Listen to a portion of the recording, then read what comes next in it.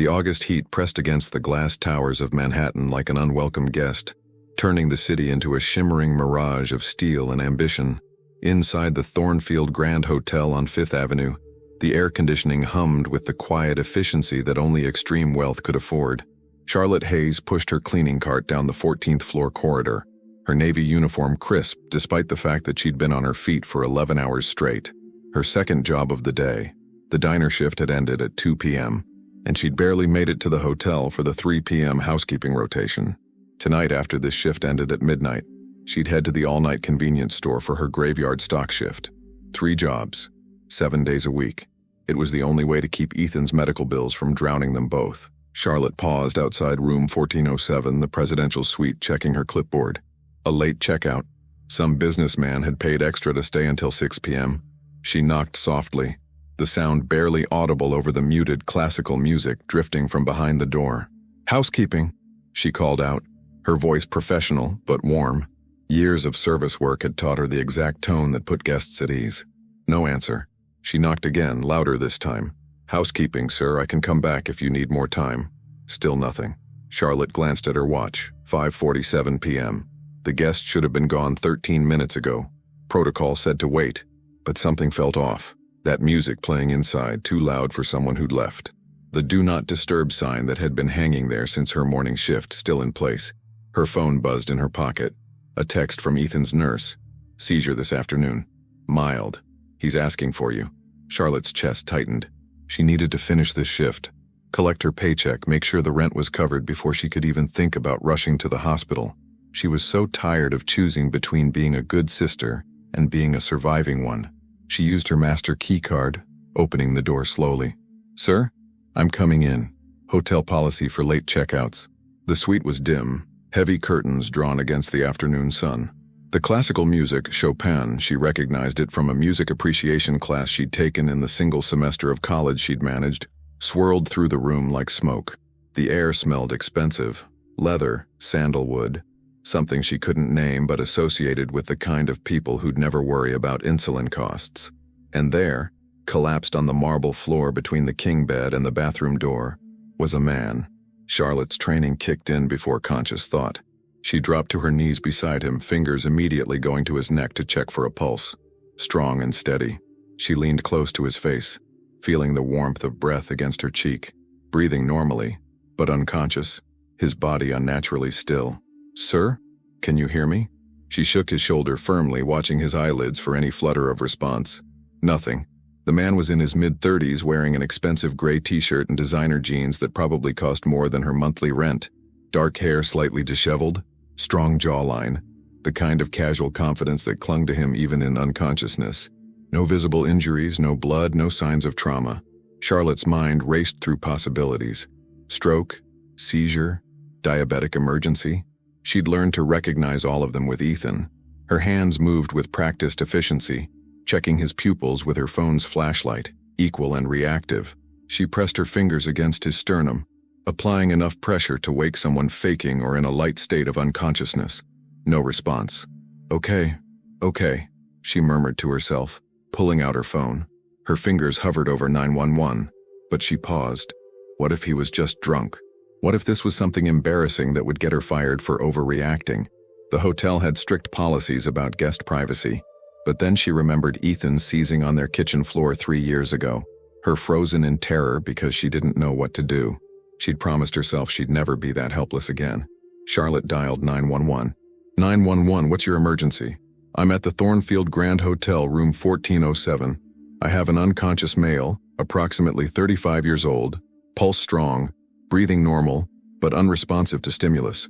No obvious trauma or medical alert jewelry. I need an ambulance. Stay on the line, ma'am. We're dispatching now. Is he breathing adequately? Yes, respirations appear normal. I'm going to place him in the recovery position. Charlotte gently rolled the man onto his side, supporting his head, ensuring his airway stayed clear. She grabbed a decorative pillow from the nearby chair, placing it under his head with care that surprised even her. Ma'am, do you have medical training? CPR and first aid certified. My brother has epilepsy. I've managed emergencies before.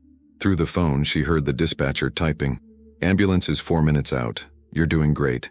Keep monitoring his breathing. Charlotte kept one hand on the man's shoulder, feeling the rise and fall of his breath while her other hand stroked his arm in what she hoped was a comforting gesture. "You're going to be okay," she said softly, not sure if he could hear her. "Help is coming, you're not alone." What she didn't see was the microscopic flutter of his eyelashes. What she couldn't know was that Marcus Thorne, CEO and owner of the entire Thornfield hotel chain, was acutely aware of every word she spoke, every gentle touch of her hands. He'd planned this test carefully. A new employee, young and untested, faced with what appeared to be a medical emergency. Would she panic? Would she ignore him and walk away, not wanting the liability? Would she steal from him while he appeared helpless? He'd seen it all in his 15 years of running hotels, the worst of human nature revealed when people thought no one was watching. But Charlotte Hayes was doing something none of his previous test subjects had done. She was treating him like he mattered, like he was someone's brother, someone's son, someone worth saving. Her hand on his arm was warm, trembling slightly but steady. She kept talking to him in a low voice, reassuring, present. Most people faced with an unconscious stranger would maintain clinical distance. Not her. "I'm Charlotte," she was saying now, her voice barely above a whisper. "I'm right here with you. The ambulance is almost here. You're safe." Marcus felt an unexpected tightness in his chest that had nothing to do with his staged unconsciousness. When was the last time someone had spoken to him with such unfiltered compassion? When had anyone looked at him and seen just a person in need, rather than a net worth, a connection, an opportunity? The sound of sirens grew closer. Charlotte's grip on his shoulder tightened protectively. "They're here," she told him. "You're going to be fine." Marcus heard her stand, heard her move to the door to let the paramedics in. This was the moment he should end the test, should wake up, should laugh it off as a misunderstanding. But something stopped him. He wanted to see how far her compassion extended, how she'd react to the aftermath. The paramedics rushed in. Marcus recognized their voices, the same crew he'd specifically requested be on standby nearby. They were in on the test, though they'd been told to treat it as real until he gave the signal. "What do we have?" the lead paramedic asked. "Unconscious male, found collapsed approximately 10 minutes ago," Charlotte reported, her voice now crisp and professional. "Strong pulse, normal breathing, no response to verbal or physical stimulus, no signs of trauma, no medical alert jewelry, pupils equal and reactive. I placed him in recovery position and monitored his airway. You did good, miss. We'll take it from here." But Charlotte didn't leave. Marcus could hear her hovering nearby as the paramedics went through their assessment, asking questions, running through protocols. "Miss, are you family?" one of them asked. "No, I'm hotel staff. I found him. We'll need a statement, but you can wait outside." Charlotte hesitated. "Will he be okay? Can someone call his emergency contact?" Marcus felt hands checking his pockets. His wallet was right there, easy to access. This was often where his test subject's true nature revealed itself. Some had pocketed cash. Others had photographed his credit cards. "His ID says Marcus Thorne," the paramedic said, and Marcus could almost feel Charlotte's confusion. The name meant nothing to her. "His phone is locked," she said. "Should I try to guess the code? Maybe his birthday?" "Don't worry about it, miss. We'll handle it at the hospital." There was a pause, and then Charlotte said something that made Marcus's carefully maintained facade nearly crack. "I'm coming with him. In the ambulance. He shouldn't be alone when he wakes up." "Ma'am, that's really not—" "Please." Her voice broke slightly. "I know what it's like to wake up in a hospital confused and scared. Just until his family gets there, please." The paramedics exchanged glances. "All right, but you'll have to ride up front." As they loaded Marcus onto the stretcher, he kept his body slack, his breathing even. He caught a glimpse of Charlotte through barely opened eyes. She was young, probably mid-20s, with auburn hair pulled back in a practical ponytail. Her face was pale with worry, dark circles under her green eyes that spoke of exhaustion that went bone deep. Her uniform was spotless but worn, the name tag slightly crooked. She caught the ambulance driver's attention before they left. "Can you lock the room? I don't want anyone stealing his things." Even now thinking of his welfare before her own job security, before the potential tip, before everything.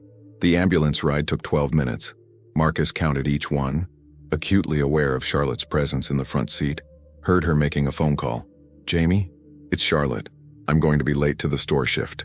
"No, I can't explain now. Something came up. I'll be there as soon as I can. I promise." "Thanks." She was sacrificing her third job to stay with a stranger. Marcus felt the weight of that choice settle over him like a judgment. At Mount Sinai Hospital, they wheeled him into the ER. Time to end this, Marcus thought. He'd seen enough. Charlotte Hayes had passed his test with flying colors. More than passed. She'd shattered every cynical expectation he'd had. As the doctor approached, Marcus let his eyes flutter open. He groaned softly, selling the performance of someone coming back to consciousness. "Welcome back," the doctor said. "You're at Mount Sinai. You had a collapse. Do you remember what happened?"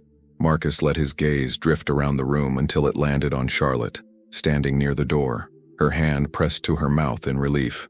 "You're awake," she breathed. "Thank God." Their eyes met, and Marcus saw it.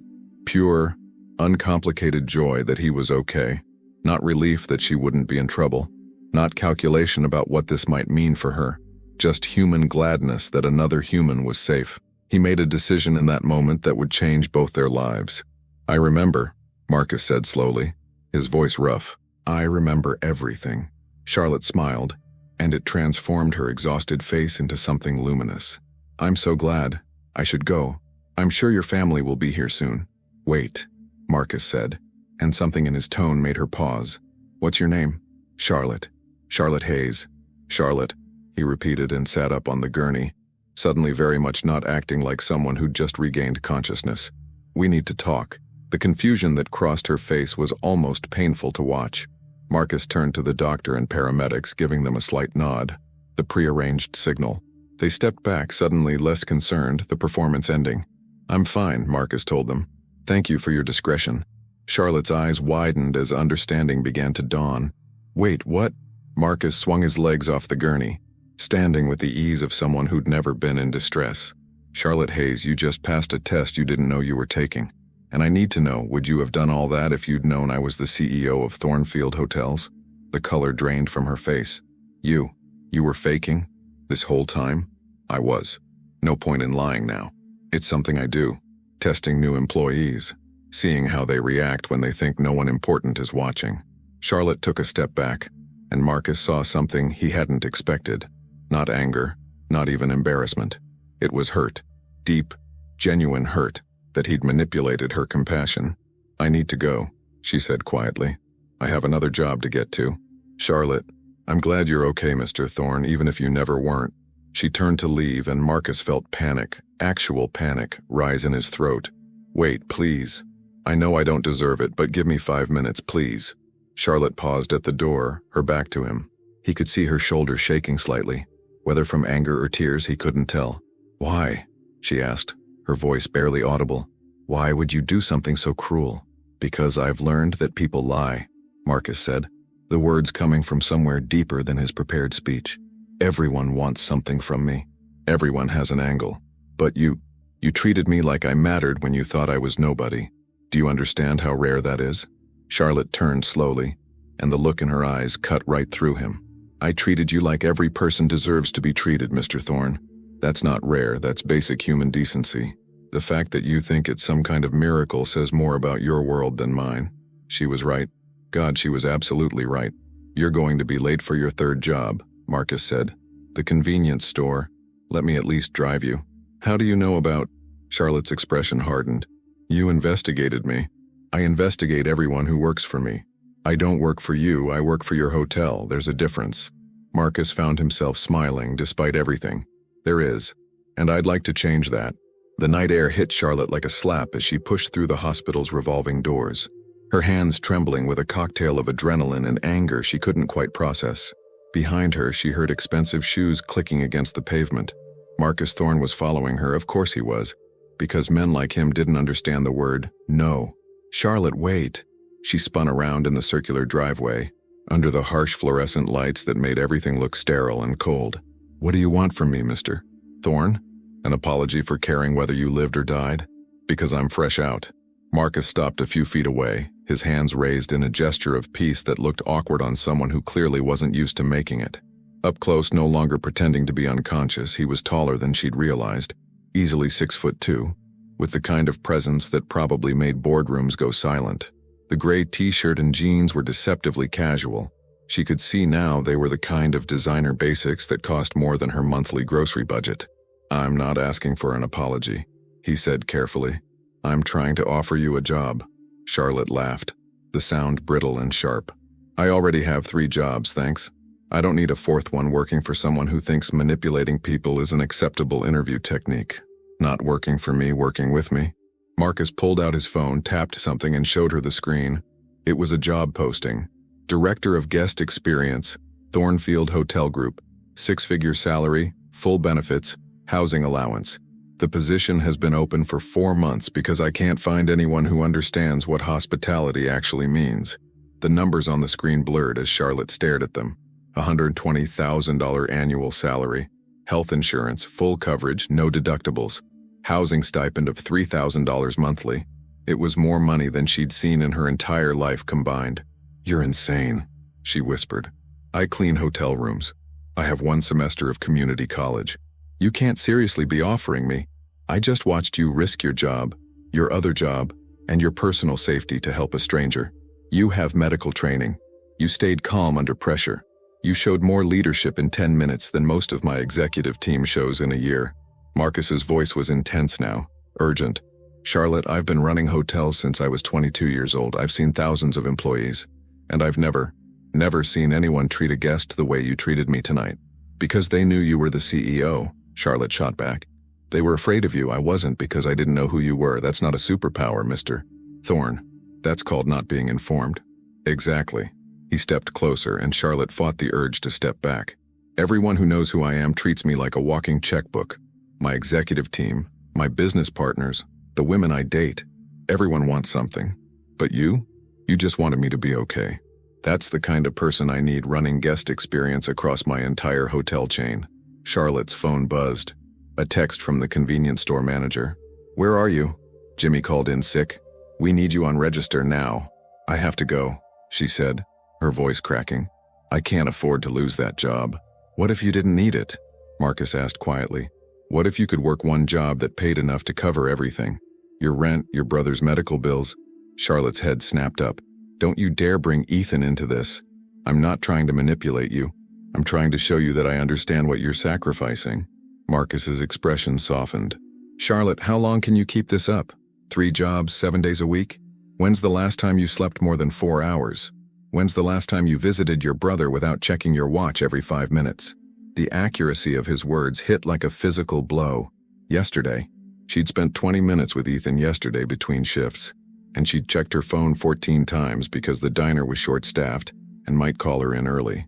Ethan had pretended not to notice, but she'd seen the hurt in his eyes. "You investigated me," she repeated, and this time it wasn't an accusation. It was a realization. "How much do you know?" Marcus had the decency to look uncomfortable. Ethan Hayes, 17 years old, diagnosed with juvenile myoclonic epilepsy at age 14, currently at Presbyterian Hospital, insulin-dependent diabetic as of 6 months ago. Your parents died in a car accident 4 years ago. Drunk driver, not their fault. You dropped out of NYU to care for him. You're $26,000 in medical debt, 3 months behind on rent, and you're working yourself to death to keep him alive. Charlotte felt the tears coming and hated herself for them. "You have no right." "You're right, I don't." Marcus's voice was rough now. "But I'm offering you a way out. Not charity. A real job, Charlotte. You'd earn every penny. I need someone who understands what it means to care about people beyond their ability to pay. Someone who'd treat a guest in our budget hotels with the same compassion you showed me tonight." "Why me?" Charlotte asked, wiping at her eyes angrily. "Why not someone with actual experience? An MBA, hospitality training? Because those people have never cleaned a toilet in their life. They've never worked 3 jobs. They've never had to choose between their rent and their brother's medication." Marcus's intensity was almost frightening. "You've lived the life most of our staff lives. You understand their struggles in a way no Ivy League graduate ever could. That's worth more than any degree." A taxi pulled up to the hospital entrance, and Charlotte watched a family pile out. Mother, father, 2 kids, all laughing about something. Normal people, living normal lives, not having this insane conversation with a billionaire who'd just faked a medical emergency to test her character. "I need time to think," she said finally. "Take all the time you need." Marcus pulled out a business card. Heavy cardstock, embossed lettering, the kind of card that cost more to print than her hourly wage. "My personal number. Call me when you decide. The offer doesn't expire." Charlotte took the card, her fingers brushing his for a moment. "If I say no, then you say no. You keep your housekeeping job, no retaliation, no consequences." I don't punish people for turning me down, Charlotte. I'm an asshole, but I'm not a monster. She almost smiled at that. Almost. I really do have to go. My manager is going to kill me. Let me drive you at least. It's the least I can do after. Marcus gestured vaguely at the hospital behind them. After everything. Charlotte wanted to say no, wanted to maintain her dignity, take the subway, prove she didn't need his help. But her feet ached, her head was pounding, and the convenience store was 45 minutes away by train. She was already going to be an hour late. Fine, she said, but this doesn't mean I'm accepting the job. Understood. Marcus's car was exactly what she'd expected. A sleek, black Mercedes that probably cost more than she'd earn in 5 years. The interior smelled like leather and something subtle and expensive. He opened the passenger door for her, and Charlotte felt a wave of cognitive dissonance. An hour ago, she'd been cradling this man's head in her lap, terrified he was dying. Now he was opening car doors for her like some kind of gentleman from a period drama. They drove in silence for the first 10 minutes, the city light streaming past the windows. Charlotte watched the neighborhoods change, from the hospital's wealthy Upper East Side to the gradually grittier streets that led toward her part of town. She saw Marcus taking it all in, his eyes sharp, cataloging details. You can say it, Charlotte said finally. This is a rough area, I know. I was thinking it's authentic, Marcus replied. No pretense. I grew up in a neighborhood like this, actually. Newark. My mom cleaned houses. My dad did construction when he could get work. Charlotte turned to stare at him. You're lying. Why would I lie about that? Marcus glanced at her, something like amusement in his eyes. You think I was born in a penthouse? I bought my first hotel when I was 23 with money I saved working 3 jobs. Sound familiar? Dishwasher, night security, and weekend maintenance. I understand what you're doing, Charlotte. I lived it. Then you should understand why this is terrifying, Charlotte said quietly. People like me don't get offers like this. There's always a catch. The catch is, the job is hard.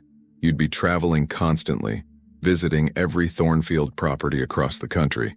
You'd be making decisions that affect thousands of employees. You'd be dealing with problems that don't have easy answers. Marcus's voice was serious now.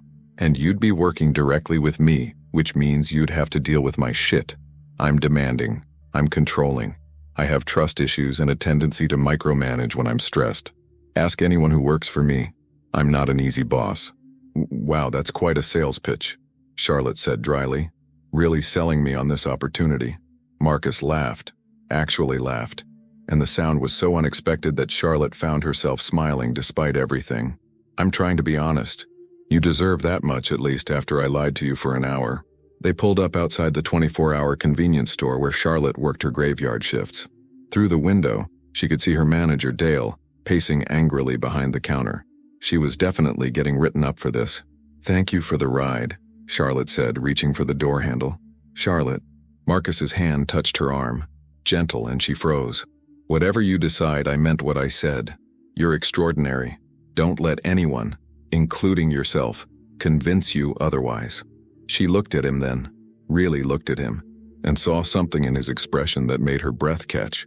Not pity, not manipulation, something that looked almost like recognition, as if he saw in her something he'd once been. I'll think about it, she said. That's all I can promise. That's all I'm asking. Charlotte climbed out of the Mercedes, acutely aware of Dale watching through the window, his mouth hanging open at the sight of his perpetually broke employee exiting a car worth more than the entire store. She was going to have some explaining to do. The next 72 hours were a blur of sleeplessness and internal debate. Charlotte worked her shifts on autopilot, Marcus's business card burning a hole in her pocket. She pulled it out a dozen times, started to dial his number, then stopped. The rational part of her brain screamed that this was too good to be true, that accepting would mean owing someone powerful a debt she could never repay. But the exhausted part of her, the part that woke up at 3 a.m. from nightmares about Ethan seizing while she was at work and couldn't get to him in time, that part whispered that maybe, just maybe, this was her chance to stop drowning. On the 3rd day, she visited Ethan at the hospital. He'd been moved out of intensive care, a good sign, but the circles under his eyes matched her own. At 17, he should have been worrying about college applications and prom dates, not which medications he could skip to save money. You look terrible, Ethan said by way of greeting, and Charlotte laughed despite herself. You're one to talk, kid. She settled into the chair beside his bed. the one she'd spent countless hours in over the years. The room was depressingly familiar. The beige walls, the smell of disinfectant, the steady beep of monitors tracking her brother's vital signs. A life measured in heartbeats and blood sugar levels. "The nurse said you had another seizure," Charlotte said, taking his hand. "Why didn't you call me?" "Because you would have left work, and we need the money." Ethan's voice was matter-of-fact, too adult for his age. "It wasn't bad. I'm fine." "You're not fine. You're in the hospital." "Yeah, well," Ethan shrugged, the gesture heartbreaking in its resignation. "Story of my life, right?" Charlotte felt something crack inside her chest.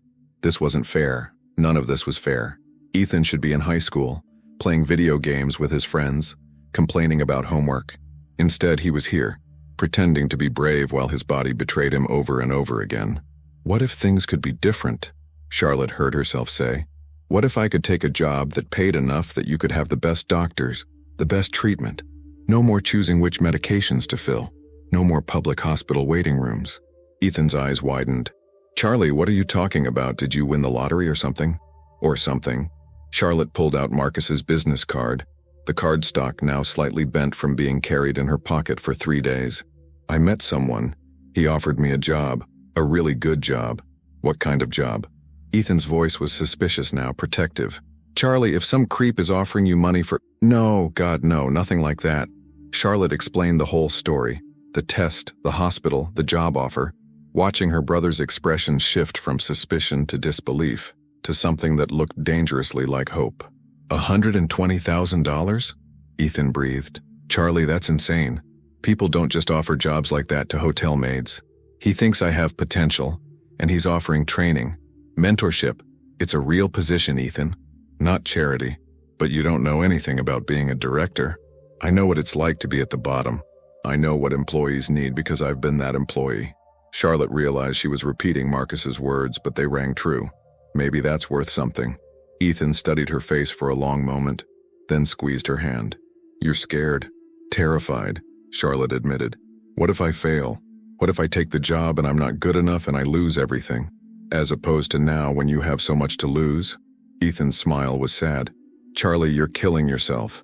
3 jobs, no sleep, no life. If you don't take a risk, you're going to collapse one day, and then what happens to me?" "Don't say that. It's true, though." Ethan's voice was gentle but firm. "You can't save me by destroying yourself. If this guy sees something in you, if he's offering you a real chance, maybe you should take it, for both of us." Charlotte felt tears threatening again.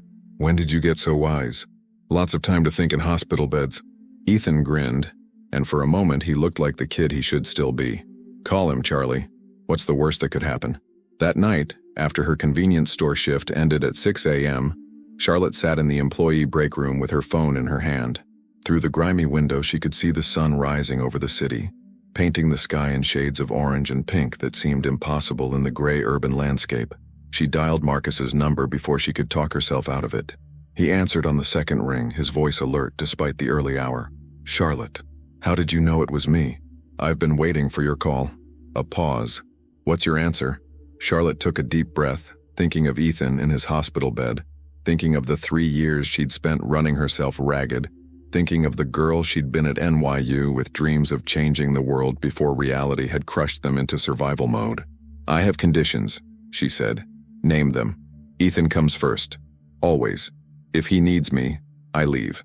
No questions asked. I don't care if I'm in the middle of a board meeting. Done. I want it in writing. The salary, the benefits, the job description, everything. I'm not taking a handshake deal. My lawyer will have a contract ready by this afternoon. And if I fail, if I'm not good enough, you tell me directly. No stringing me along, no pity. I need to know where I stand. I wouldn't have it any other way." Marcus's voice warmed. "Anything else?" Charlotte thought about all the reasons she should say no, all the ways this could go wrong. Then she thought about possibility, about the chance to be more than a collection of barely paid jobs, about giving Ethan the life he deserved. "When do I start?" She could hear Marcus's smile through the phone. "How does Monday sound?" "Monday. Okay." Charlotte laughed, the sound slightly hysterical. "Oh God, what am I doing?" "Taking a risk," Marcus said softly. "Welcome to Thornfield Hotel Group, Charlotte Hayes. I promise you won't regret this." As Charlotte hung up the phone, she wasn't sure if she believed him. But for the first time in 4 years, she felt something that had been dead inside her stir to life: hope. Charlotte's first day at Thornfield Hotel Group headquarters began with a panic attack in the bathroom of her studio apartment.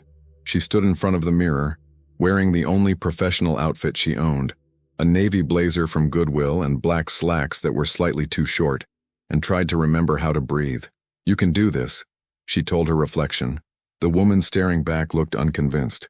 Her phone buzzed with a text from Ethan. "Stop freaking out. You're going to kill it. Love you." Charlotte smiled despite her terror. The kid knew her too well. She grabbed her worn messenger bag, definitely not the leather briefcase a director should carry, but it would have to do, and headed out into the September morning. Thornfield headquarters occupied the top 15 floors of a glass tower in Midtown Manhattan. Charlotte had walked past it 100 times, just another office building in a city full of them. She'd never imagined she'd be entering through the front doors, riding the express elevator to the 42nd floor, where the executive offices lived in a world of marble and chrome that felt like a different planet. The elevator opened directly into a reception area that screamed money, floor-to-ceiling windows overlooking Central Park, modern art that was probably worth more than Ethan's lifetime medical bills, furniture so pristine she was afraid to sit on it. A receptionist who looked like she'd stepped out of a fashion magazine smiled at her with perfectly veneered teeth. "You must be Charlotte Hayes. Mr. Thorne is expecting you. Let me show you to his office." Charlotte followed her down a hallway lined with photographs of Thornfield properties, luxury hotels in Paris, Tokyo, Dubai, each one more extravagant than the last. Staff members passed by in expensive suits, their shoes clicking efficiently on the polished floor. Everyone looked purposeful, important, like they belonged here. Charlotte felt like an imposter in a Halloween costume. Marcus's office was a corner suite that took up half the floor.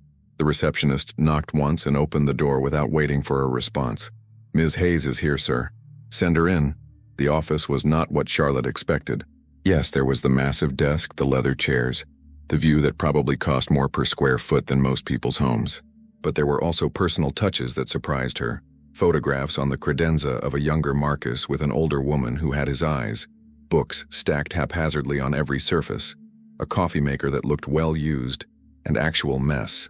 Papers, files, a half-eaten sandwich from what looked like yesterday. Marcus stood from behind his desk, and Charlotte was struck again by how different he looked in a suit. The casual guy from the hotel room had been replaced by someone who radiated authority. Charcoal gray Tom Ford, crisp white shirt, no tie but somehow making it work. CEO armor. "Charlotte." He smiled, and some of the tension in her chest eased. "Welcome. How are you feeling?" "Terrified," she admitted. "Is that normal?" "If you weren't terrified, I'd be worried about your judgment." Marcus gestured to one of the chairs facing his desk. "Sit. We have a lot to cover." The next 4 hours were a whirlwind. Marcus walked her through the Thornfield empire. 32 hotels across 12 countries, from budget chains to luxury resorts. He showed her organizational charts, explained reporting structures, introduced her to what felt like 50 people whose names immediately evaporated from her brain. "This is Vivian Rothschild, our CFO," Marcus said as a woman in her 50s with steel gray hair and a suit that probably cost more than Charlotte's monthly rent extended a perfectly manicured hand. "Charmed," Vivian said, her tone suggesting she was anything but. Her eyes scanned Charlotte from head to toe in an assessment that took roughly 2 seconds. "Marcus tells me you're coming from housekeeping." "How? Unconventional." Charlotte felt the judgment like a physical weight. "I've worked in hospitality for 6 years across various roles. I'm looking forward to bringing that frontline perspective to the executive team." Vivian's smile didn't reach her eyes. "How delightful. Marcus, we need to discuss the Q3 projections." "Later, Vivian." Marcus's tone was pleasant, but firm. "Charlotte and I have meetings all day." As Vivian walked away, her heels clicking with what sounded like disapproval, Charlotte let out a breath she hadn't realized she was holding. "She hates me. She's suspicious of you. There's a difference." Marcus led her toward the conference room. "Vivian has been with me for 10 years. She's brilliant with numbers and deeply loyal. She's also protective and doesn't trust easily. You'll win her over." "You sound very confident about that." "I am." Marcus opened the conference room door, revealing a space dominated by a massive table and a wall of windows overlooking the city. "Because despite what Vivian thinks, I didn't hire you out of some impulsive whim. I hired you because you have something none of these people have. You remember what it's like to struggle. That perspective is invaluable in this industry. Charlotte wanted to believe him. But as the day progressed and she met more of the executive team, the VP of operations who barely concealed his eye roll, the marketing director who spoke to her like she was a child, the HR director who seemed nice but pitying, she felt the weight of their skepticism. By lunchtime, Charlotte was exhausted and starving. Marcus had ordered food to be brought to his office. Gourmet sandwiches from someplace that probably required reservations, fancy salads, expensive coffee. Charlotte's stomach growled embarrassingly loud. "When did you eat last?" Marcus asked, pushing a sandwich toward her. Charlotte thought about it. "Yesterday, maybe the day before. I usually just grab whatever's quick between shifts." Marcus's expression darkened. "That stops now. Part of your employment contract includes a meal stipend. I need you healthy and alert, not running on fumes." "I'm used to running on fumes." "I know. That's the problem." Marcus leaned back in his chair, studying her. "Charlotte, I need you to understand something. You're not that person anymore. You're not the housekeeper juggling 3 jobs, stealing sleep between shifts. You're a director at a Fortune 500 company. That means you take care of yourself. You eat properly. You sleep. You set boundaries. Because if you burn out, you're no good to anyone."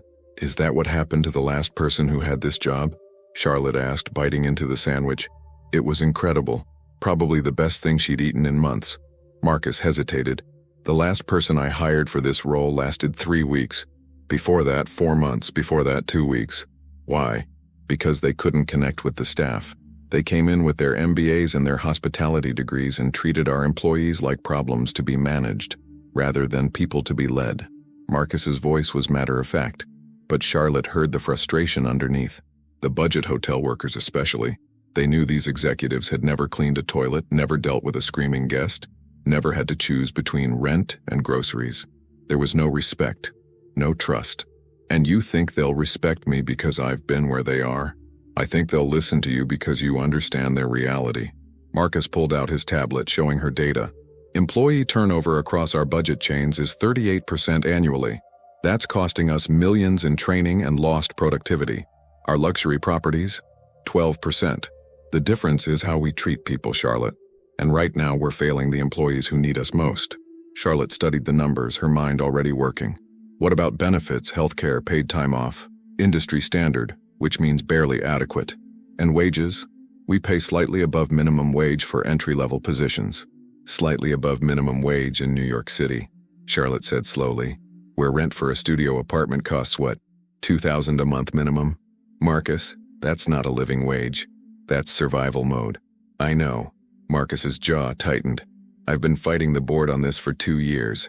They say we can't afford to pay more and stay competitive. But you can afford this office, this building. The executive salaries." Charlotte stopped herself, aware she was probably overstepping on her first day. "Don't censor yourself," Marcus said quietly. "That's exactly the kind of thinking I hired you for. You're right.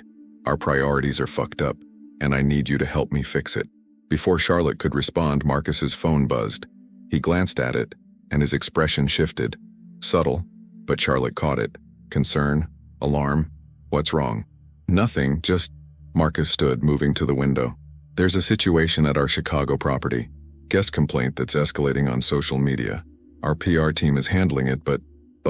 Charlotte prompted. "But I have a bad feeling about this one." Marcus turned back to her.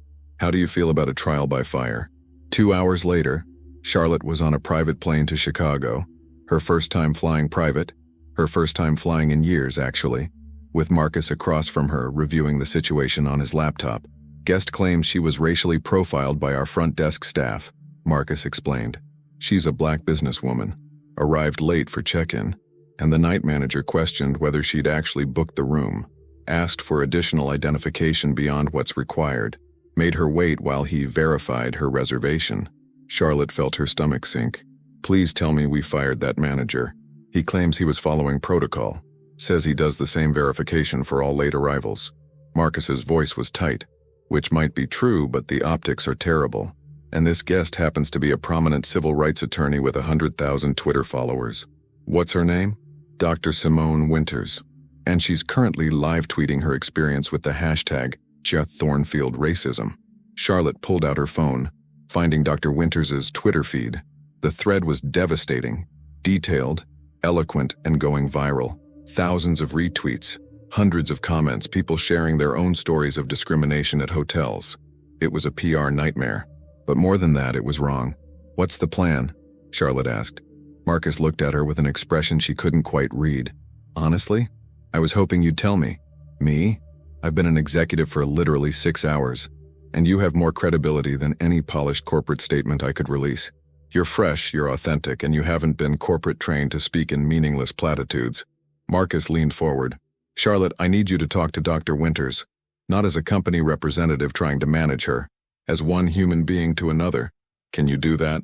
Charlotte's heart hammered. This was insane. She had no training for this, no experience with crisis management, but she thought about all the times she'd been dismissed, overlooked, treated as less than because of her job or her financial situation. She understood what it felt like to be invisible. "I'll try," she said. "No promises, but I'll try." They landed at O'Hare as the sun was setting, painting the Chicago skyline in shades of amber and rose. A car was waiting to take them to the Thornfield Chicago Loop, a mid-tier business hotel that catered to corporate travelers. Nothing fancy, but clean and reliable, or it should have been. The hotel manager, a nervous man in his 40s named Dennis, met them in the lobby. "Mr. Thorne, I'm so sorry about this situation. Brian, the night manager, he's been with us for 8 years, never had a complaint. Where is Dr. Winters?" Marcus cut him off. "She checked out this morning, refused any compensation, said she wanted nothing from us except an apology and actual change." "Smart woman," Charlotte murmured. She pulled out her phone. "What's the hotel's main contact number?" Dennis rattled it off, looking confused. Charlotte dialed, putting the phone on speaker. It rang 3 times before a pleasant female voice answered. "Thornfield Chicago Loop, how may I assist you?" "Hi, I'd like to speak with Dr. Simone Winters if she's available. This is Charlotte Hayes from Thornfield Corporate." There was a pause. "Dr. Winters checked out this morning, ma'am." "I understand. Could you provide me with her contact information?" "With her permission, of course." "I'm not authorized to—" Charlotte saw Marcus gesture for the phone. She handed it to him. "This is Marcus Thorne. Transfer Dr. Winters' information to my personal line immediately." He hung up, then looked at Dennis. "Get me Brian's personnel file, and I want to speak with every staff member who was on duty last night." While Marcus conducted interviews, Charlotte sat in the hotel's business center, staring at Dr. Winters' phone number on her screen. This was crazy.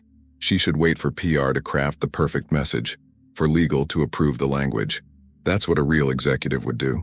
But Charlotte wasn't a real executive. Not yet. She was just someone who understood what it meant to be treated as less than human. She dialed. Dr. Winters answered on the first ring. "If this is Thornfield calling to threaten legal action, save your breath. I have every receipt." "Dr. Winters, my name is Charlotte Hayes. I'm the new director of guest experience for Thornfield Hotels. And I'm not calling to threaten you. I'm calling to say I'm sorry and to ask if you'd be willing to talk with me. Not for PR, not for a photo op, just to talk." There was a long silence. "You're serious?" "Completely. I'm in Chicago right now. I can meet you anywhere, anytime. I just want to hear your story and understand what happened." Another pause. "You know I'm going to record this conversation. I'd be disappointed if you didn't," Charlotte said honestly. "You shouldn't trust corporations, especially ones that just failed you." Dr. Winters laughed, surprised, genuine. "All right, Charlotte Hayes, you've got my attention. There's a coffee shop called Sip on West Madison. Meet me there in an hour. Come alone. I'll be there." Charlotte hung up and found Marcus watching her from the doorway. "You just committed Thornfield to an unscripted, possibly recorded conversation with the woman currently destroying our reputation online." "I know. Our lawyers are going to have a stroke." "Probably." Marcus smiled. "Go. And Charlotte, trust your instincts. They've gotten you this far." The coffee shop was a small, independent place tucked between corporate chains. Exposed brick, mismatched furniture, the smell of fresh roasted beans. Dr. Winters sat at a corner table, laptop open, looking every bit the formidable attorney she was. Late 40s, natural hair and a beautiful twist out, sharp eyes that missed nothing. Charlotte approached, suddenly aware of how inadequate she was for this moment. "Dr. Winters? I'm Charlotte. Sit." It wasn't quite an invitation. "You're younger than I expected. I just started today, actually. This is technically my first executive decision." Charlotte sat, keeping her hands visible on the table, which is either very brave or very stupid. Probably both. Dr. Winters studied her. "Let me guess. They sent you because you're black? I'm white, actually. They sent me because I'm the director of guest experience, and yesterday I was cleaning hotel rooms. Charlotte saw Dr. Winters's eyebrows rise. Marcus Thorne, the CEO, he offered me this position 6 days ago. Before that, I was working 3 minimum wage jobs to keep my brother alive. So when you talk about being treated as invisible, as less than, I might not understand your specific experience, but I understand what it feels like to be dismissed. Dr. Winters leaned back, reassessing. Go on. Charlotte took a breath. What happened to you was wrong. I can't fix it by apologizing. I can't undo the humiliation you felt. But I can promise you that I'm going to do everything in my power to make sure it doesn't happen again. Not just policy changes, real change. Training, accountability, consequences. Because you deserve better. Every guest deserves better. That's a nice speech. You practice it on the plane? No. But I've been thinking about it since I read your Twitter thread. Charlotte pulled out her phone, showing Dr. Winters the notes she'd made. You mentioned that Brian, the night manager, asked for 2 forms of ID when policy requires one. That he made you wait 20 minutes while he verified your reservation, even though it was clearly in the system. That he spoke to you differently than he spoke to the white couple who checked in right before you. You read all 43 tweets. Every single one. And the comments. There are hundreds of people sharing similar stories, not just at Thornfield but across the industry. This isn't an isolated incident, Dr. Winters. It's a pattern, and I need to understand it if I'm going to change it. Dr. Winters was quiet for a long moment. Then she closed her laptop. Ask your questions. They talked for 2 hours. Dr. Winters shared not just what happened that night, but years of experiences. Being followed in luxury hotel shops, having her corporate credit card scrutinized while white colleagues were waved through, being assumed to be in the wrong place at high-end properties. The casual, constant discrimination that came with existing in spaces not designed for her. Charlotte listened, took notes, asked questions, and felt her anger growing. Not at Dr. Winters, but at the systems that allowed this. At the managers who looked the other way. At the industry that valued comfort over justice. What do you want? Charlotte asked finally. Not from Thornfield, from the world. If you could change one thing about how hotels treat guests, what would it be? Dr. Winters smiled, sad and knowing. I want to be seen as a person first. Not a black person, not a potential criminal, not a diversity statistic. Just a tired traveler who needs a clean room and basic respect. Is that really too much to ask? No, Charlotte said firmly. It's the bare minimum, and I'm ashamed that we failed to provide it. So what happens now? Dr. Winters asked. You go back, write a nice diversity training manual, do some performative gestures and nothing actually changes? No. Charlotte felt something crystallize inside her, a clarity of purpose she hadn't known she was capable of. Now I burn it down and rebuild it right. Dr. Winters studied her for a long moment, then pulled out her phone. I'm going to tweet something. You should probably warn your PR team. Charlotte watched as Dr. Winters typed, then hit send. Just had the most honest conversation about racism and hospitality I've ever had with a hotel executive. Thornfield Hotels sent their new director to listen. Actually listen. Not promising change yet, but promising to try. We'll see. Accountability matters. That's incredibly generous, Charlotte said, her throat tight. That's setting a baseline, Dr. Winters corrected. Don't make me regret giving you a chance, Charlotte Hayes. I won't. I promise. As Charlotte walked back to the hotel, her phone exploded with notifications. Dr. Winters' tweet was going viral. Not quite redemption, but a crack in the wall of condemnation. It was a start. Marcus was waiting in the lobby, and the look on his face told her he'd already seen the tweet. How did you do that? I told her the truth, Charlotte said simply, and I listened. That's all she wanted, to be heard. Marcus looked at her with an expression that made Charlotte's breath catch. Something like awe mixed with relief and something else she couldn't quite name. You know what you just did, right? In your first 8 hours as an executive, you turned a PR disaster into a potential turning point. Charlotte, Don't, she interrupted. Don't make this about me being special. I just did what any decent person would do. The fact that seems extraordinary is the actual problem. Marcus laughed, that genuine laugh she'd heard in the car, and shook his head. You're going to turn this company upside down, aren't you? That's the plan, Charlotte said. Hope you're ready. As they headed to the airport for the flight back to New York, Charlotte felt something shift inside her. The terror was still there, but it was joined by something else now. Purpose. She was going to change this industry. She was going to make sure people like Dr. Winters never felt invisible again. And she was going to prove that compassion wasn't weakness. It was the most powerful tool in business. What Charlotte didn't know, as she boarded the plane with Marcus, was that someone had been watching their every move in Chicago. Someone who saw her rapid rise not as inspiring but as threatening, and they were already planning her destruction. 3 weeks into her new position, Charlotte was still waiting for the other shoe to drop. The transformation had been dizzying. She now had an office, a real office, with her name on the door, and a view of the city that still took her breath away every morning. She had an assistant, a young woman named Priya, who was terrifyingly efficient and seemed to anticipate Charlotte's needs before she voiced them. She had a corporate credit card that didn't get declined, business cards with raised lettering, and a salary that meant she'd paid off 2 months of Ethan's medical bills in a single paycheck. It felt like living someone else's life. "Ms. Hayes, your 10 o'clock is here." Priya's voice came through the intercom. The VP of Operations for the West Coast properties. Charlotte glanced at her calendar, anxiety spiking. Richard Castellano.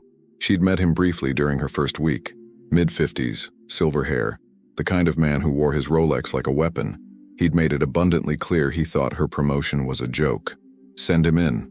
Richard entered without knocking, his expression somewhere between irritation and condescension. He didn't sit when Charlotte gestured to the chair across from her desk. Power play. She'd learned to recognize them now. "I'll make this brief," Richard said. "Your proposed changes to the employee benefits package for our budget hotels, they're not happening." Charlotte had spent the last 2 weeks building a comprehensive plan to improve working conditions across Thornfield's lower-tier properties. Better health care, increased wages, paid sick leave, childcare assistance. It would cost money, yes, but her analysis showed it would pay for itself within 18 months through reduced turnover and increased productivity. I presented those proposals to Marcus. He approved them pending board review. Marcus approves a lot of things in theory. The board is where idealism meets reality. Richard finally sat, crossing his legs with deliberate casualness. "You're very new to executive decision-making, Charlotte. You don't understand how this works. Then explain it to me," Charlotte said, keeping her voice level. "The board cares about one thing, profit margins. Your feel-good employee welfare programs? They cut into those margins. The shareholders won't accept it. The shareholders should care that we're hemorrhaging talent, that our budget properties have the worst online reviews in the industry, that we're spending millions on recruitment and training because people quit within months." Charlotte pulled up her presentation on her laptop, turning it to face Richard. "These aren't feel-good programs, they're smart business." Richard barely glanced at the screen. "You're thinking like an employee, not an executive. It's understandable given where you came from, but—" "Given where I came from," Charlotte interrupted, "I understand exactly what it costs to lose good people, because you treat them as expendable. I've worked for companies that did that.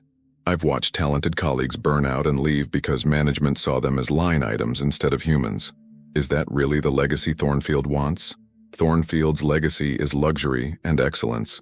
Our luxury properties maintain that standard. The budget hotels are—" Richard paused, choosing his words carefully. "They serve a different market with different expectations. Different expectations like not deserving health care. Different expectations like accepting industry-standard compensation for unskilled labor." Charlotte felt her temper flare but forced it down. Getting emotional would only confirm Richard's assessment of her as too inexperienced, too soft. "These proposals go to the board next month. I'd appreciate your support." "You won't get it." Richard stood, adjusting his cufflinks. "But I admire your optimism. Marcus clearly sees something in you. Let's hope his judgment isn't as clouded as I suspect." After he left, Charlotte sat in the silence of her office, hands trembling slightly. Every day felt like this. Small battles, subtle undermining, the constant sense that she was being tested and found wanting. The executive team treated her like a mascot, Marcus's charity project that they had to tolerate. Only Marcus himself seemed to believe in her, and lately, that belief felt like its own kind of pressure. Her phone buzzed with a text from him. "Lunch. My office. Need to discuss the board presentation." Charlotte grabbed her tablet and headed down the hall. Marcus's door was open, and she found him at his desk surrounded by what looked like a week's worth of financial reports. He'd shed his suit jacket, rolled up his shirt sleeves, and his hair was slightly disheveled, the CEO mask slipping to reveal the workaholic underneath. "You look how I feel," Charlotte said, and Marcus looked up with a tired smile. Richard just left your office looking smug. I'm guessing that conversation didn't go well. He thinks the board will kill my proposals. He's probably right. Marcus stood, moving to the small conference table where lunch had been set up. Thai food from a place he'd discovered Charlotte loved. Small gestures like that had become normal, and Charlotte tried not to think too hard about what they meant. The board is conservative. They see change as risk. Then why did you approve my proposals if you knew they'd never pass? Because I want you to fight for them. Marcus handed her a plate. I've been fighting the board alone for years, Charlotte. They tune me out because they think I'm being idealistic. But you? You have data, you have real-world experience, you have a story that matters. They might actually listen, or they might fire me for wasting their time. They won't fire you, you're too valuable. Marcus's voice was certain, and Charlotte wished she shared his confidence. They ate in companionable silence for a few minutes, and Charlotte found herself studying Marcus when she thought he wasn't looking. Over the past 3 weeks, she'd learned things about him that didn't match the billionaire CEO image. He arrived at the office before anyone else and left after everyone had gone. He knew the names of the cleaning staff and asked about their families. He'd built his empire from nothing, and he was terrified of becoming the kind of executive he'd once resented. He was also lonely. Charlotte had seen it in the way he found excuses to keep her working late, in the way he invited her to lunches that ran long, in the moments when his professional mask slipped and she glimpsed something raw underneath. "What are you thinking?" Marcus asked, catching her staring. Charlotte felt heat rise in her cheeks. "That you need better work-life balance. When's the last time you did something that wasn't business-related? Define last time." "Marcus," he sighed. "I went to the gym last month. Does that count?" "No." Charlotte set down her fork. "You need actual downtime. Hobbies, friends, a life outside this building." Spoken by the woman who used to work 3 jobs 7 days a week. "Which is exactly why I know it's unsustainable." Charlotte's voice softened. "You can't pour from an empty cup, and you're running on fumes." Marcus looked at her for a long moment, something unreadable in his expression. "Maybe you're right. What do you suggest?" "I don't know. What did you do for fun before you built a hotel empire?" "I played basketball. Badly." Marcus smiled at the memory. "There was a court near my apartment in Newark. I'd go shoot hoops after my shifts, clear my head." "So do that. Find a court. Take an hour. Remember what it feels like to do something just because you enjoy it. Only if you come with me." The words came out quickly, and Marcus looked almost surprised he'd said them. "I mean, you should take your own advice. When's the last time you did something for yourself?" Charlotte opened her mouth to argue, then stopped. He was right. She'd been so consumed with proving herself, with learning this new role, that she'd barely seen Ethan, hadn't called her few friends, had forgotten what relaxation felt like. "I don't play basketball," she said finally. "Neither do I, really. That's what makes it fun." Marcus's smile was genuine now, boyish almost. "Come on. Tomorrow. 6 p.m. I know a court in Brooklyn. No business talk, no executive pressure. Just 2 people who forgot how to relax, remembering." Charlotte knew she should say no. This was crossing lines, blurring boundaries between professional and personal. But looking at Marcus's hopeful expression, she found herself nodding. "Okay, but I'm warning you. I'm terrible at sports." "Perfect. We'll be terrible together." The next evening found Charlotte in sneakers and yoga pants she'd borrowed from Priya, standing on an outdoor court in Sunset Park as the sun painted the sky orange and pink. Marcus showed up in a Princeton t-shirt and basketball shorts, looking more relaxed than she'd ever seen him. "You went to Princeton?" Charlotte asked, catching the ball he tossed to her. "Full scholarship. First person in my family to graduate college." Marcus stretched, loose and easy. "My mom cried at graduation, said I'd made it." "Did you feel like you'd made it?" "I felt like I'd gotten lucky, and terrified I'd lose it all." Marcus took the ball back, shooting and missing spectacularly. "Your turn." Charlotte's shot was even worse, the ball bouncing off the rim with a hollow thunk. They both laughed, and for the first time in weeks, Charlotte felt tension leave her shoulders. They played for an hour. If played was the right word for 2 people who clearly had no idea what they were doing, taking turns shooting and missing and laughing at their own incompetence. Other players showed up, real players, and Marcus challenged them to a pickup game that resulted in him and Charlotte getting thoroughly destroyed. "We're so bad," Charlotte gasped, doubled over with laughter as a teenager executed a perfect crossover that left Marcus flailing. "We're the worst," Marcus agreed, grinning. "I love it." After the game, they grabbed pizza from a corner shop. $8 slices that were better than any gourmet meal, and sat on a bench overlooking the harbor. The city sprawled before them, lights beginning to twinkle in the gathering dusk. "Thank you for this," Marcus said quietly. "I'd forgotten what it felt like to just be. No expectations, no performance." "That's because you're always performing," Charlotte said. "The confident CEO, the visionary leader, the man who has all the answers. It's exhausting just watching you." Marcus was quiet for a moment. "You see too much. Occupational hazard of spending years invisible. You learn to read people." Charlotte finished her pizza, wiping her hands. "Can I ask you something personal?" "Depends on how personal. When you tested me that day in the hotel, was that really about finding the right employee? Or was it about something else?" Marcus didn't answer immediately. When he spoke, his voice was softer than she'd ever heard it. "I've been betrayed a lot. By business partners who saw me as a meal ticket. By women who wanted Marcus Thorne's bank account, not Marcus the person. By friends who disappeared when I couldn't do favors for them anymore." He turned to look at her. "I test people because I need to know they see me. Not my money, not my position, just me. And when you were lying on that hotel room floor pretending to be unconscious, what did I see? Someone who needed help." Marcus's voice cracked slightly. "You treated me like I mattered, like my life had value beyond what I could do for you. Do you understand how rare that is?" Charlotte felt something shift in her chest, a connection forming that terrified and thrilled her in equal measure. "Marcus." Her phone rang, shattering the moment. Ethan's ringtone. Charlotte's heart dropped. "I have to take it," Marcus said immediately. Charlotte answered, her hands already shaking. "Ethan, what's wrong?" But it wasn't Ethan's voice that answered. It was unfamiliar, male, with an edge that made her blood run cold. "Charlotte Hayes, we need to talk about your brother." "Who is this? Where's Ethan?" "Ethan is safe, for now, but that depends entirely on your cooperation." The voice was calm, almost pleasant. "You've become very important to Marcus Thorne. That makes you leverage." Charlotte's world tilted. "If you hurt him, we won't. Not if you do exactly as we say." Papers rustled on the other end. "There's a USB drive in your apartment mailbox. Inside are documents, financial records, emails, evidence of corporate fraud. You're going to plant them in Marcus Thorne's private files." "I'm not." "Yes, you are. Because if you don't, your 17-year-old brother with epilepsy and diabetes is going to have a very unfortunate accident. Do you understand?" Marcus was watching her now, alert to her distress.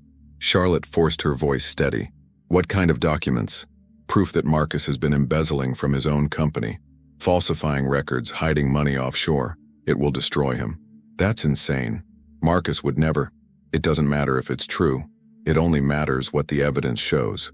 And once the SEC investigates, once the media gets hold of it, once his board turns on him, the truth becomes irrelevant. His empire crumbles either way."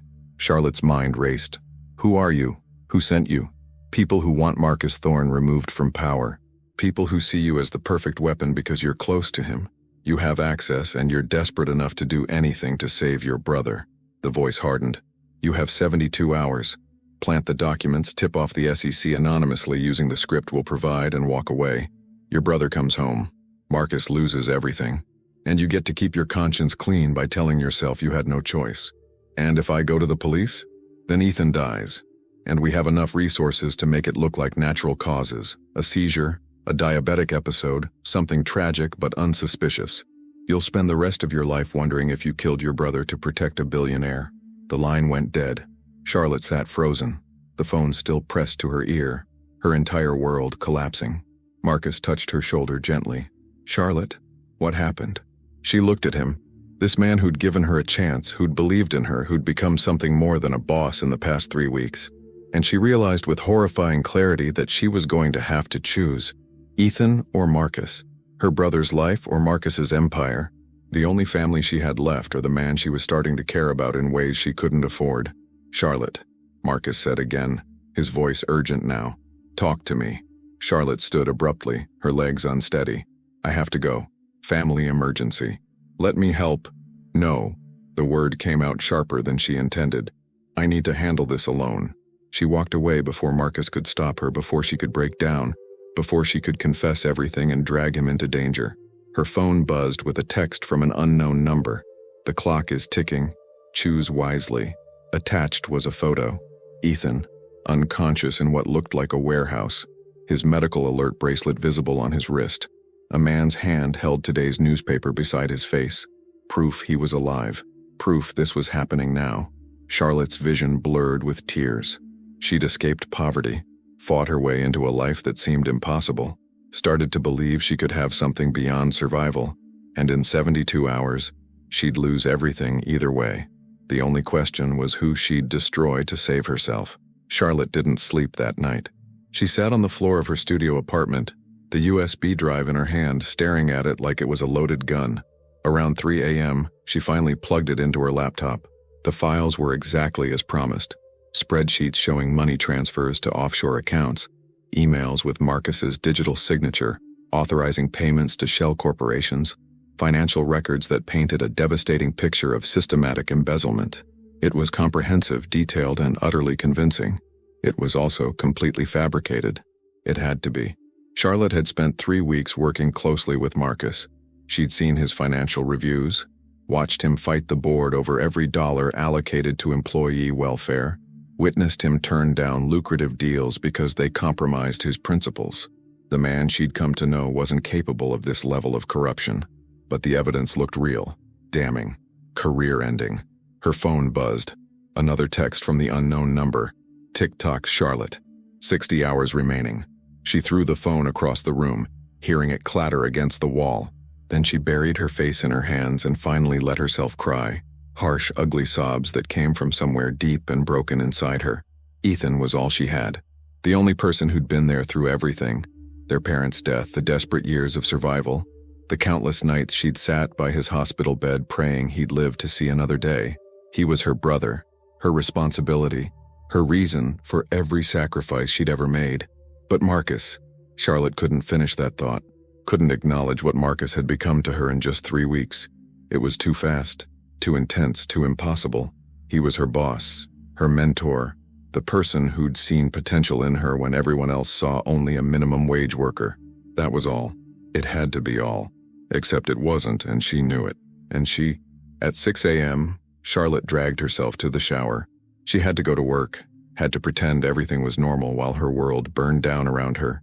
In the mirror, she barely recognized herself. The professional clothes, the styled hair, the woman who looked like she belonged in a corner office. It was all a costume, a lie she'd been telling herself. She was still that terrified girl working 3 jobs. She'd just gotten better at hiding it. The office was quiet when Charlotte arrived at 7:30. Most of the executive team didn't show up until 9, but she'd learned Marcus was always here early. Sure enough, light spilled from under his office door. Charlotte stood in the hallway, the USB drive burning in her pocket. She could do it now. Marcus trusted her. He'd given her access to his private files, his computer, everything. She could plant the evidence, make the anonymous call, and this would all be over before lunch. Ethan would be safe. Marcus would be destroyed, and she'd have to live with what she'd done for the rest of her life. Her hand was on Marcus's door handle when it swung open from the inside. Marcus stood there in yesterday's clothes, clearly having worked through the night. Concern etched across his face. "Charlotte, I was about to call you." He pulled her into his office, closing the door. "What happened last night? You looked terrified." "I told you, family emergency. Don't lie to me." Marcus's voice was gentle but firm. "We've spent nearly every day together for 3 weeks. I know when you're in trouble. Let me help." Charlotte felt her carefully constructed composure cracking. "You can't help with this. Try me." She wanted to tell him everything, wanted to collapse into his arms and let him fix this the way he seemed to fix everything else. But that would only put him in danger, and she'd already made too many mistakes. "It's Ethan," she said finally, which was at least partially true. "He's missing from the hospital. They can't find him." The concern on Marcus's face shifted to alarm. "When? Have you called the police?" "Last night. They're looking." The lies came easier now, each one building on the last. "I'm sure he just got confused, wandered off. His medications sometimes affect his thinking." Marcus was already pulling out his phone. "I'm calling my head of security. We'll organize a search, check traffic cameras." "No!" Charlotte grabbed his wrist, stopping him. "Please, Marcus, the police are handling it. I needed to come to work to keep my mind occupied. If I sit at home waiting, I'll go crazy." Marcus studied her face, and Charlotte saw the exact moment he decided not to push. "Okay, but the second you hear anything, you tell me. And if you need to leave, day or night, You go. Understood? Understood. She made it through the morning on autopilot, responding to emails, reviewing reports, participating in a conference call about Q4 projections. The whole time, her phone sat on her desk like a ticking bomb. Every notification made her flinch. At noon, Priya knocked on her door. "Ms. Hayes? There's someone here to see you. He doesn't have an appointment, but he says it's urgent." Charlotte's heart stopped. "Who is it?" "He wouldn't give his name. Just said you'd want to speak with him." Priya's expression was uncertain. "Should I call security?" "No. Send him in." The man who entered was in his 60s, impeccably dressed in a suit that screamed old money. Silver hair, calculating eyes, the bearing of someone used to being the most powerful person in any room. Charlotte had never seen him before, but she recognized the type, boardroom predator. "Ms. Hayes, a pleasure." He extended his hand. "Lawrence Whitmore. I believe we have mutual interests regarding Marcus Thorne." Charlotte didn't shake his hand. "I don't know what you're talking about." "No?" Whitmore settled into the chair across from her desk, uninvited. "Then perhaps you're unaware that your brother Ethan is currently being held at one of my properties. Comfortable, well cared for, receiving all necessary medical attention. He's quite safe, as long as you cooperate." The confirmation that this was real, that someone was actually sitting across from her admitting to kidnapping, made Charlotte's blood run cold. "You're insane. I could call the police right now, and your brother would be dead before they arrived." Whitmore's voice was pleasant, conversational. "Ms. Hayes, let's dispense with the theatrics. You have something I need. Access to Marcus Thorne's private files. I have something you need. Your brother's life. This is a simple transaction." "Why?" Charlotte demanded. "What did Marcus do to you?" "Marcus Thorne has been a thorn in my side, forgive the pun, for 15 years. When I tried to acquire his first hotel, he outbid me. When I launched my budget chain, he undercut my prices. When I proposed a merger, he rejected it publicly, making me look weak to my investors." Whitmore's expression hardened. "He's built an empire on my territory, Charlotte, and now thanks to you I'm going to take it from him.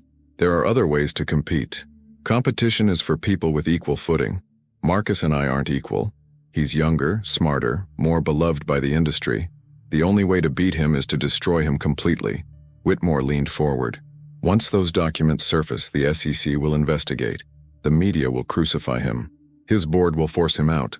And when his company's stock plummets, I'll buy Thornfield hotels for pennies on the dollar. It's elegant, really. It's evil. It's business." Whitmore stood, straightening his tie. "You have 48 hours remaining. Plant the documents, make the call, walk away. Your brother lives, you keep your job, and Marcus Thorne learns that trust is a liability in this industry." After he left, Charlotte sat in her office, shaking. She pulled out her phone with trembling hands and dialed the one person she thought might help without judgment. Dr. Simone Winters answered on the third ring. "Charlotte, this is unexpected." "Dr. Winters, Charlotte's voice cracked. "I need advice. Legal advice. Off the record." There was a pause. "Where are you?" "My office at Thornfield headquarters." "Stay there. I'll be there in 20 minutes. Dr. Winters arrived in 15, and Charlotte had never been more grateful to see anyone. They went to a small conference room and Charlotte told her everything. The kidnapping, the blackmail, the impossible choice, all of it. When she finished, Dr. Winters was quiet for a long moment. "First, we call the FBI. This is kidnapping, extortion. No police." They were clear. "Ethan dies if I involve authorities." "Charlotte, you can't seriously be considering—" "I'm considering keeping my brother alive." Charlotte's voice broke. "He's 17 years old. He's already been through so much. I can't. I won't let him die because I did the right thing." Dr. Winters' expression softened. "And destroying an innocent man, you can live with that?" "I don't know." Charlotte wiped at her eyes angrily. "But I know I can't live with Ethan's death, that's not even a question. What does Marcus know about this?" "Nothing. I can't tell him. It would only put him in danger. Or he could help you find another way." Dr. Winters pulled out her phone. "I know people, Charlotte. FBI agents who specialize in kidnapping cases. Private security firms that handle high-stakes extractions. You have options beyond surrender. And if those options fail, if Ethan gets hurt because I tried to be clever," Charlotte shook her head, "I can't risk it. So you'll betray the man who gave you a chance, who believed in you." The words hit like a physical blow. "You think I don't know that? You think this isn't tearing me apart?" "I think you're scared," Dr. Winters said gently, "and I understand that. But Charlotte, you told me 3 weeks ago that you were going to change this industry, that you were going to fight for what's right. Does that only apply when it's convenient? This isn't about convenience. No, it's about character, about who you are when everything is on the line. Dr. Winters leaned forward. I've spent my career fighting systems that treat people as expendable. I've lost cases, lost clients, lost sleep over the injustice of it all. But I never compromised my integrity. Because once you cross that line, you can't come back. You become the thing you were fighting against. Charlotte wanted to argue, but the words wouldn't come. Because Dr. Winters was right, and they both knew it. What would you do? Charlotte asked quietly. If it was your family, I'd be just as terrified as you are. Just as desperate. Dr. Winters took Charlotte's hand. But I'd also remember that giving in to blackmail never ends well. These people will own you, Charlotte. Today it's planting documents. Tomorrow it's something worse. They'll keep using your brother as leverage until you're destroyed too. Better me destroyed than Ethan dead. What if I told you there's a way to save both? Charlotte looked up sharply. How? Dr. Winters pulled out her laptop, typing rapidly. I have a friend, former FBI, now runs a private security firm that specializes in corporate espionage and hostage situations. She's expensive, but I can't afford expensive anything. Marcus can. Dr. Winters held up a hand before Charlotte could protest. Hear me out. You tell Marcus everything. His security team works with my contact to locate and extract Ethan. Meanwhile, you appear to cooperate with Whitmore. Play along, buy time, gather evidence against him. Marcus will never forgive me for putting him in this position. Or he'll do exactly what you did for him 3 weeks ago. See someone in crisis and help without judgment. Dr. Winters closed her laptop. You treated Marcus like a human being when he was testing you. Maybe it's time to let him return the favor. Charlotte sat with that for a long moment. Years of self-reliance warring with the desperate hope that maybe, just maybe, she didn't have to do this alone. If I tell him, she said slowly, and something goes wrong, if Ethan gets hurt because I trusted the wrong person, then you'll live with it. Live. Just like you'll live with betraying Marcus if you go through with Whitmore's plan.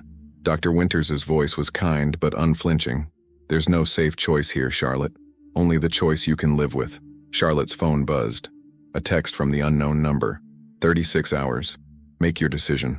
She thought about Marcus, the way he'd looked at her on the basketball court, vulnerable and real.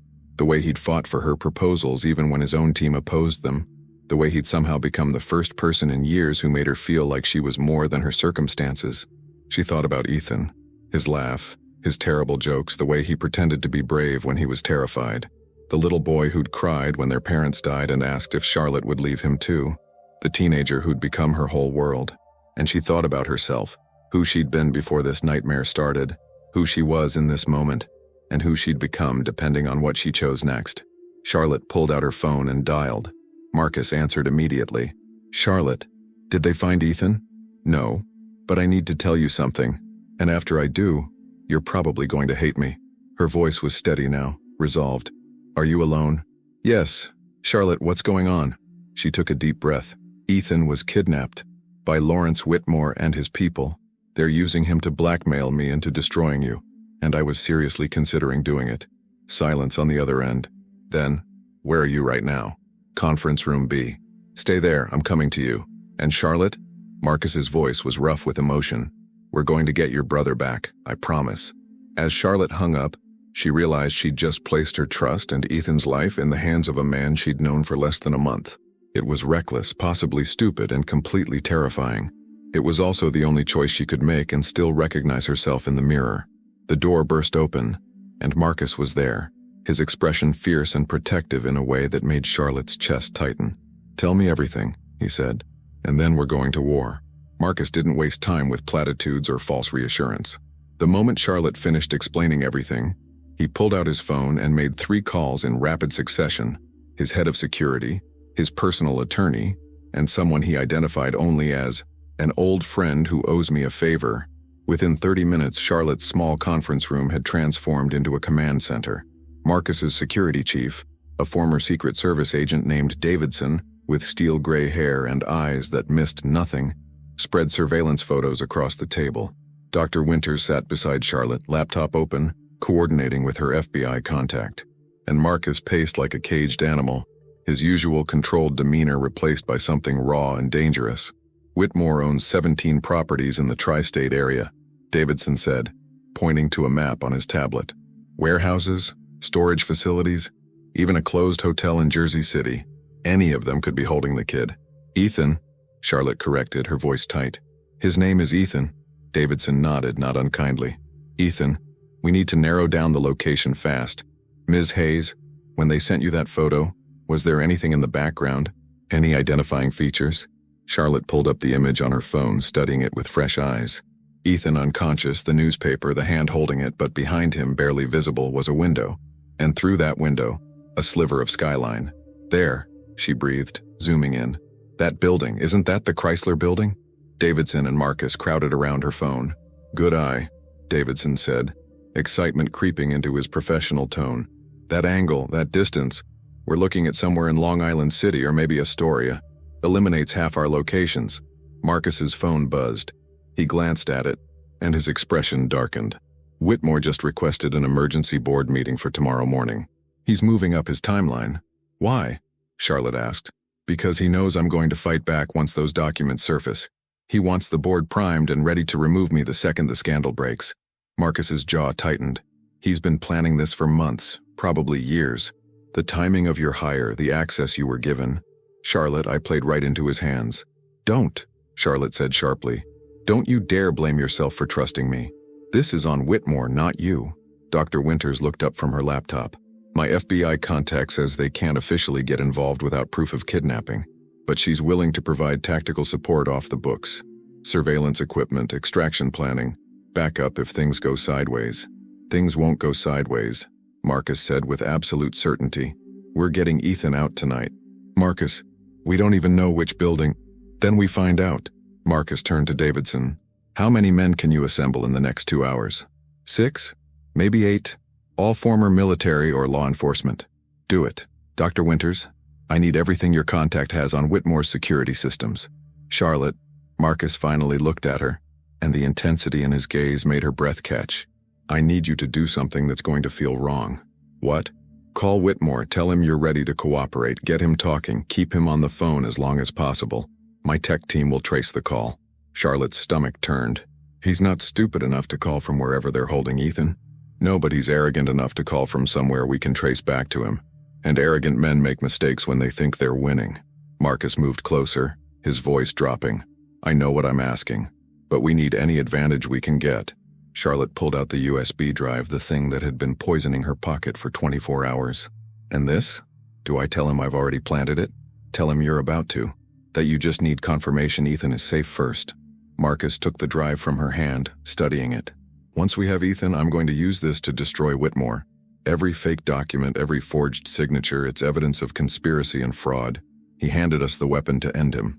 Assuming we get Ethan back, Charlotte said quietly. We will. Marcus cupped her face gently, forcing her to meet his eyes. Charlotte, I've built empires, crushed competitors, won battles that everyone said were unwinnable. I'm not losing this one. Do you trust me?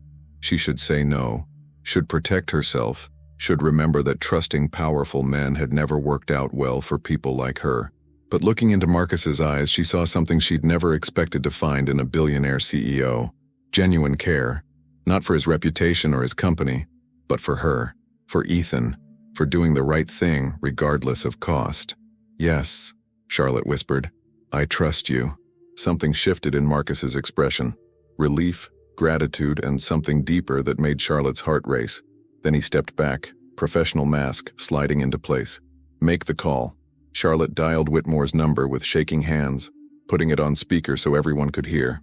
He answered on the second ring, sounding pleased with himself. Ms. Hayes, I was beginning to worry you'd do something foolish. I'm ready to cooperate, Charlotte said, proud of how steady her voice sounded. But I need to know Ethan is okay. I need to talk to him. That's not how this works. Then neither is my cooperation. Charlotte let steel enter her voice. You want me to destroy Marcus Thorne's life, fine. But I need proof my brother is alive and unharmed. Otherwise, I go to the FBI, the media, everyone. Your plan collapses, and you go to prison for kidnapping. Your choice. Marcus gave her an approving nod. Across the room, Davidson gestured. Keep him talking.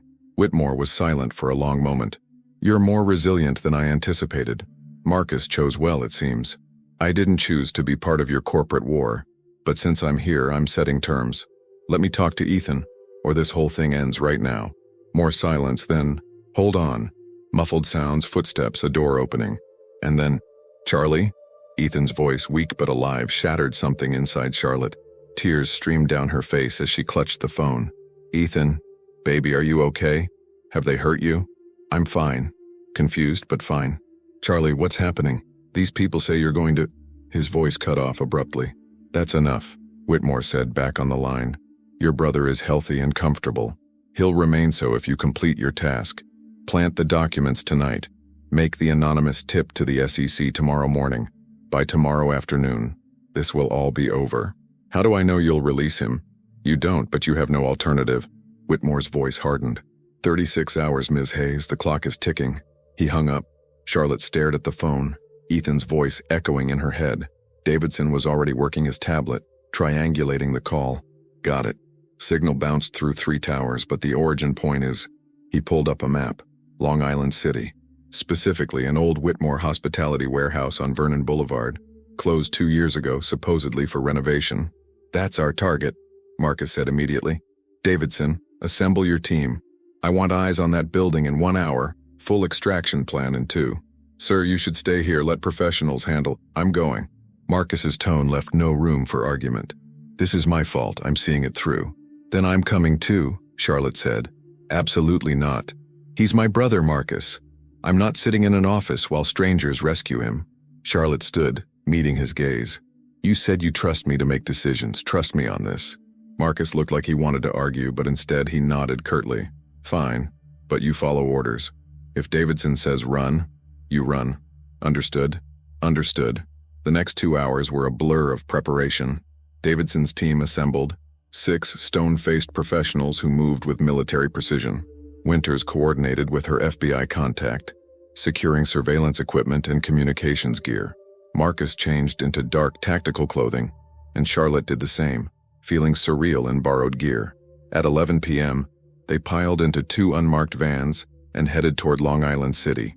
Charlotte sat beside Marcus in the back, her knee bouncing with nervous energy. He reached over and took her hand, squeezing gently. We're going to get him back, Marcus said quietly. What if we don't? What if Whitmore anticipated this? Set a trap. Then we adapt. Charlotte, I've learned something building this company. You can't control every variable.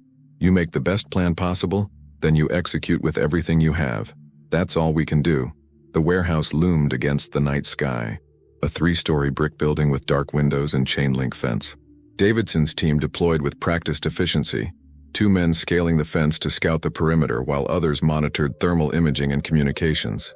I've got 2 heat signatures on the ground floor, one of the scouts reported through the comms.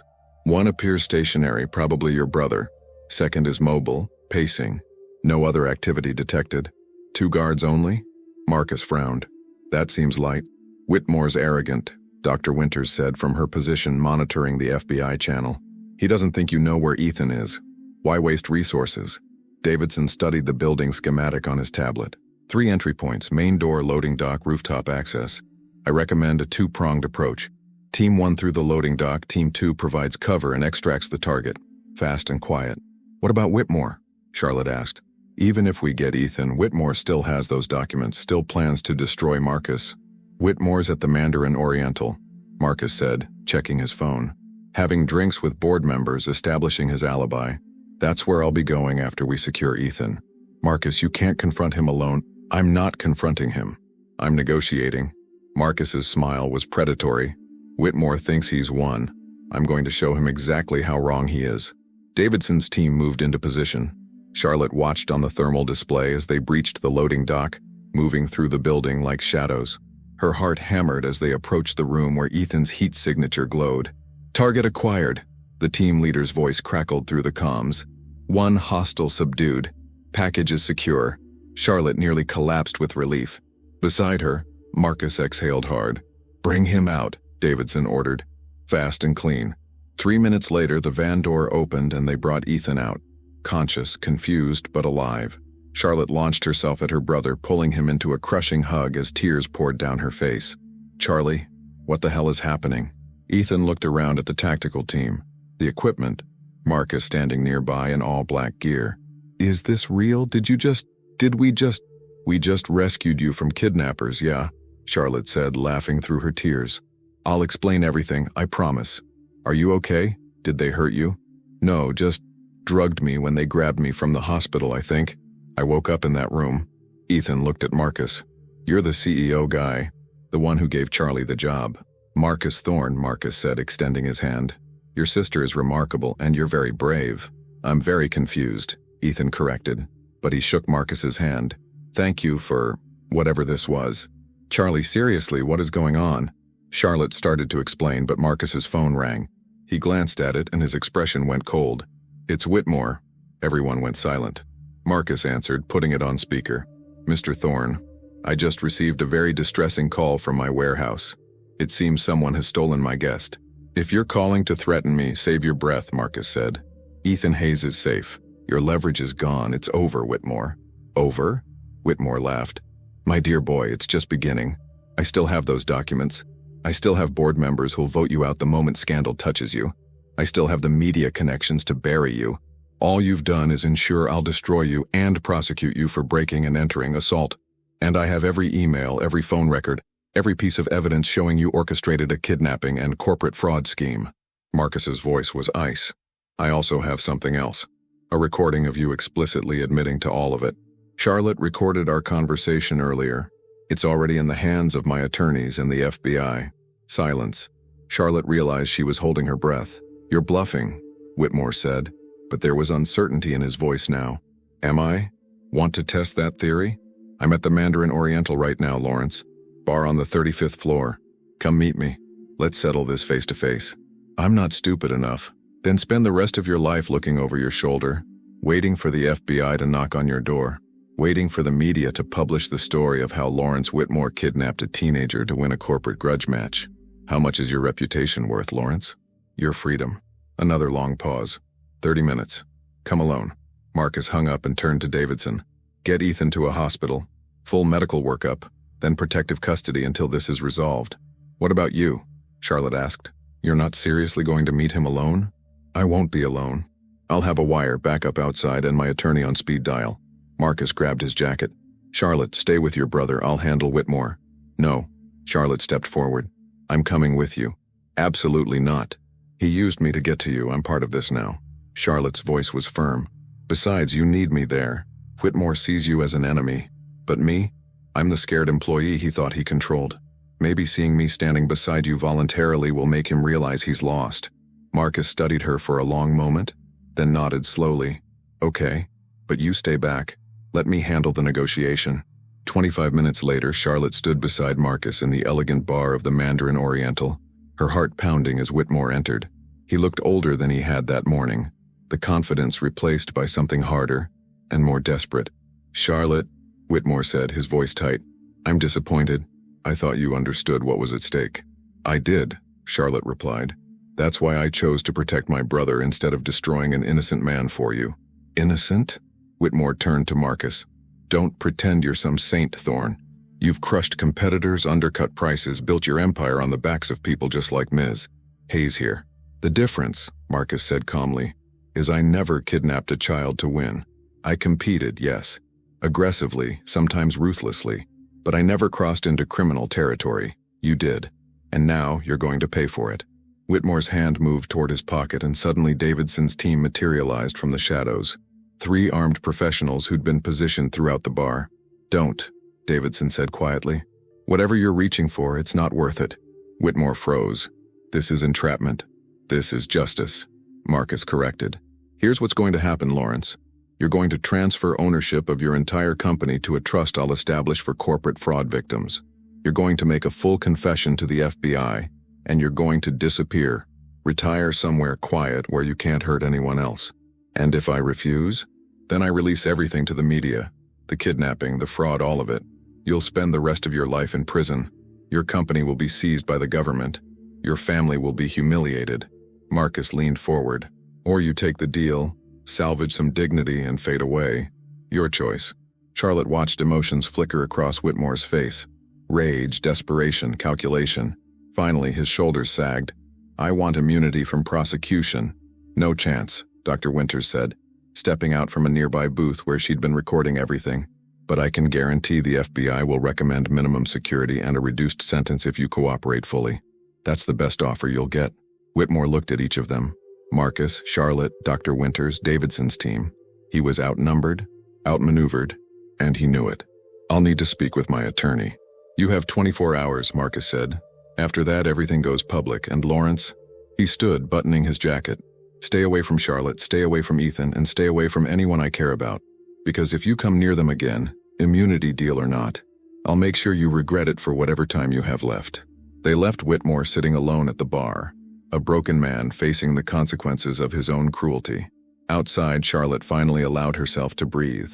The city stretched before them, lights twinkling like stars, full of possibility and danger in equal measure. It's really over? She asked Marcus. The immediate threat, yes. Whitmore will take the deal. He's too smart not to. Marcus turned to her. But Charlotte, I need to know. Can you forgive me for putting you in this position? If I'd been more careful, if I'd seen Whitmore's move coming— Stop, Charlotte interrupted. You gave me a chance when no one else would. You trusted me. You risked everything to save my brother. There's nothing to forgive. Marcus looked at her with an expression that made Charlotte's breath catch. Vulnerable, hopeful, almost afraid. When this started, I told myself I was just testing an employee. But somewhere along the way, you became more than that. You became— He stopped, seeming to struggle with the words. Important. You became important to me. Charlotte's heart hammered. They stood on a precipice, professional boundaries dissolving, something new and terrifying taking shape. Marcus, I know it's complicated. I'm your boss, there are power dynamics, HR nightmares waiting to happen. Marcus ran a hand through his hair. But I can't keep pretending I hired you just because you're good at your job. I hired you because when I was lying on that hotel room floor and you thought I was dying, you treated me like I mattered. And I haven't been able to stop thinking about that since. Charlotte stepped closer, closing the distance between them. You do matter. Not because you're a CEO or a billionaire or my boss. Because you're Marcus, the guy who plays terrible basketball and fights for his employees and would risk everything to save someone else's brother. Charlotte, she kissed him. It was impulsive and probably stupid and definitely against every rule.